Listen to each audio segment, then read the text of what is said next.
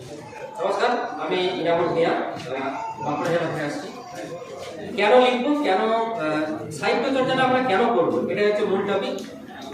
দেখুন, সাহিত্য আমাদের কিন্তু একটা সমাজের ক্ষেত্রে যারা সরাসরি আমরা যুদ্ধ ঘোষণা করতে পারি না, এই যে আপনারা জানেন যে আর্যগরের মতো একটা ঘটনা ঘটে গেল, কেউ সেটা প্রকাশ্য প্রতিবাদ জানাচ্ছে, আবার কেউ কলমের মাধ্যমে এই যে আমাদের লেখনী সাহিত্য চর্চা কেন্দ্র বা অন্যান্য যারা কবি সাহিত্যিক রয়েছেন তারা কিন্তু এটাকে দিব্য ধর্মসভা তারা করছে, ধিক্কার জানাচ্ছে কলমের মাধ্যমে।